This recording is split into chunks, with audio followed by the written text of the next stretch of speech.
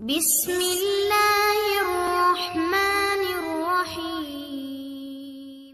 السلام علیکم ورحمۃ اللہ وبرکاتہ۔ حضور نبی کریم صلی اللہ تعالی علیہ وسلم کے وصال کے وقت حضرت سیدنا امام حسین رضی اللہ تعالی عنہ ابھی چھوٹے تھے، مگر آپ رضی اللہ تعالی عنہ کا غم کسی بھی طرح دوسروں سے کم نہ تھا۔ آپ رضی اللہ تعالی عنہ کو حضور نبی کریم صلی اللہ تعالی علیہ وسلم کے وصال کے بعد ایک رہنما اور رہبر کی کمی محسوس ہوئی۔ حضور نبی کریم صلی اللہ تعالی علیہ وسلم کا آپ رضی اللہ تعالی عنہ اور حضرت سیدنا امام حسن رضی اللہ تعالی عنہ کو فرط جذبات سے چومنا اور ان لبوں کی لطافت آپ دونوں بھائی اپنے چہرے پر محسوس کرتے تھے۔ اس کو یاد کرتے تو دل ڈوبنے لگتا۔ آپ رضی اللہ تعالی عنہ کی والدہ جگر گوشہ رسول صلی اللہ تعالی علیہ وسلم حضرت سیدہ فاطمۃ الزہرا رضی اللہ تعالی عنہا کی کیفیت بھی کچھ مختلف نہ تھی۔ اس وقت حضرت سیدنا علی مرتضیٰ رضی اللہ تعالی عنہ اپنے جگر گوشوں اور زوجہ کی دلجوئی کی ہر ممکن کوشش کیا کرتے تھے۔ روایات میں آتا ہے کہ حضرت سیدنا علی مرتضیٰ رضی اللہ تعالی عنہ حضرت سیدہ فاطمۃ الزہرا رضی اللہ تعالی عنہ کے وصال کے روز جب گھر تشریف لائے تو حضرت سیدہ فاطمۃ الزہرا رضی اللہ تعالی عنہ نے بیماری اور کمزوری کے باوجود آٹا گوندھا اور اپنے ہاتھ سے روٹیاں پکائی۔ پھر حضرت سیدنا علی مرتضیٰ رضی اللہ تعالی عنہ اور بچوں کے کپڑے دھوئے۔ آپ رضی اللہ تعالی عنہ نے فرمایا کہ فاطمہ رضی اللہ تعالی عنہ، میں نے تمہیں کبھی دو کام اکٹھے نہیں کرتے دیکھا، آج تم کام اکٹھے کر رہی ہو۔ آپ رضی اللہ تعالی عنہ نے فرمایا کہ میں نے رات خواب میں اپنے والد بزرگوار حضور نبی کریم صلی اللہ تعالی علیہ وسلم کو دیکھا۔ آپ صلی اللہ تعالی علیہ وسلم میرے منتظر تھے۔ میں نے عرض کیا کہ میری جان آپ صلی اللہ تعالی علیہ وسلم کی جدائی میں نکل رہی ہے۔ آپ صلی اللہ تعالی علیہ وسلم نے فرمایا کہ فاطمہ رضی اللہ تعالی عنہ، میں بھی تمہارا انتظار کر رہا ہوں۔ بس اس خواب کے بعد میں نے جان لیا کہ میرا اس دنیا میں یہ آخری دن ہے اور میں اب اس دنیا سے پردہ فرمانے والی ہوں۔ میں نے یہ روٹیاں اس لیے پکائی ہیں کہ کل جب آپ رضی اللہ تعالی عنہ میرے غم میں مبتلا ہوں تو میرے بچے بھوکے نہ رہیں، اور کپڑے اس لیے دھو دیے ہیں کہ میرے بعد جانے کون کپڑے دھوئے۔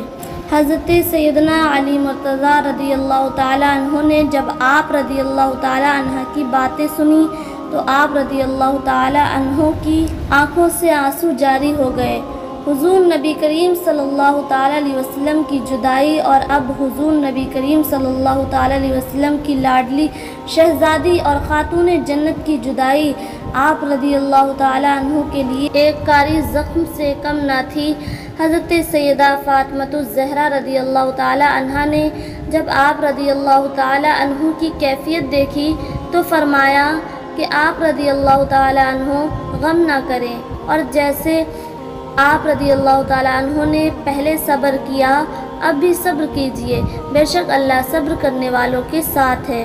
حضرت سیدہ فاطمۃ الزہرا رضی اللہ تعالی عنہ کے وصال سے قبل حضرت اسماء بنت عمیس رضی اللہ تعالی عنہ تشریف لائیں تو آپ رضی اللہ تعالی عنہ نے ان سے فرمایا کہ میرے بچوں کو کھانا کھلا دیں۔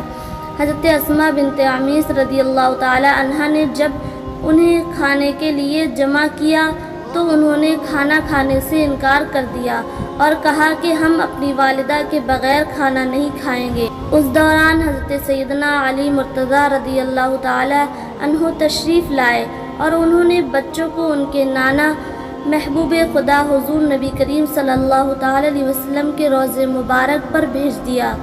ابھی کچھ دیر ہی گزری تھی کہ بچے پھر آ گئے اور حضرت سیدنا علی مرتضیٰ رضی اللہ تعالی عنہ سے کہنے لگے کہ ہمیں اپنی والدہ کا آخری دیدار کرنے دیجیے۔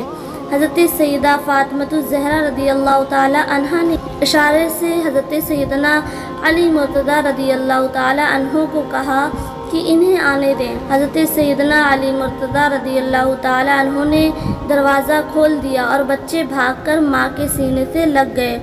آپ رضی اللہ تعالی عنہ نے انہیں پیار کیا اور انہیں دعائیں دیتے ہوئے ایک مرتبہ پھر حضور نبی کریم صلی اللہ تعالی علیہ وسلم کے روضے مبارک پر بھیج دیا۔ بچوں کے جانے کے بعد حضرت سیدہ فاطمۃ الزہرا رضی اللہ تعالی عنہ نے ام المومنین حضرت ام سلمہ رضی اللہ تعالی عنہ جو کہ اس وقت آپ رضی اللہ تعالی عنہ کے پاس موجود تھیں، ان سے کہا کہ والدہ میرے غسل کے لیے پانی کا انتظام کر لیں تاکہ میں غسل کر سکوں۔ ام المومنین حضرت ام سلمہ رضی اللہ تعالی عنہ نے پانی کا انتظام کیا اور آپ رضی اللہ تعالی عنہ نے غسل کیا۔ آپ رضی اللہ تعالی عنہ نے صاف ستھرے کپڑے پہنے اور قبلہ رو ہو کر لیٹ گئیں۔ قبلہ رو لیٹنے کے بعد آپ رضی اللہ تعالی عنہ نے حضرت اسماء بنت عمیس رضی اللہ تعالی عنہ سے فرمایا کہ حضور نبی کریم صلی اللہ تعالی علیہ وسلم کے وصال کے وقت حضرت جبریل علیہ السلام جسد اطہر کو حنوط کرنے کے لیے کافور بہشتی لائے تھے، جس کے آپ صلی اللہ تعالی علیہ وسلم نے 3 حصے کیے۔ ان میں سے 2 حصے مجھے عنایت ہوئے اور میرے اور ابو الحسن رضی اللہ تعالی عنہ کے لیے تھے۔ تم اس میں سے ایک حصہ لے آؤ اور دوسرا حصہ ابو الحسن رضی اللہ تعالی عنہ کے لیے سنبھال کر رکھ دو۔ حضرت اسماء بنت عمیس رضی اللہ تعالی عنہ کے جانے کے بعد آپ رضی اللہ تعالی عنہ نے حضور نبی کریم صلی اللہ تعالی علیہ وسلم کی امت کے گناہ گاروں کے لیے دعا فرمائی اور اپنے بچوں کے لیے دعائے خیر فرمائی۔ پھر آپ رضی اللہ تعالی عنہ نے کلمہ پڑھا اور اپنی جان آفری کے سپرد کر دی، والدہ کی یاد میں آنسو بہاتے۔ تو حضرت سیدنا علی المرتضیٰ رضی اللہ تعالی عنہ بھی رونا شروع کر دیتے تھے۔ پھر دونوں شہزادوں کو گلے سے لگاتے اور پیار کرتے ہوئے انہیں صبر کرنے کی نصیحت فرماتے تھے۔ میرے پیارے ویورز، اگر میری ویڈیو پسند آئی ہو تو میری ویڈیو کو لائک اینڈ شیئر کریں، میرے چینل کو سبسکرائب کریں۔ السلام علیکم ورحمۃ اللہ وبرکاتہ۔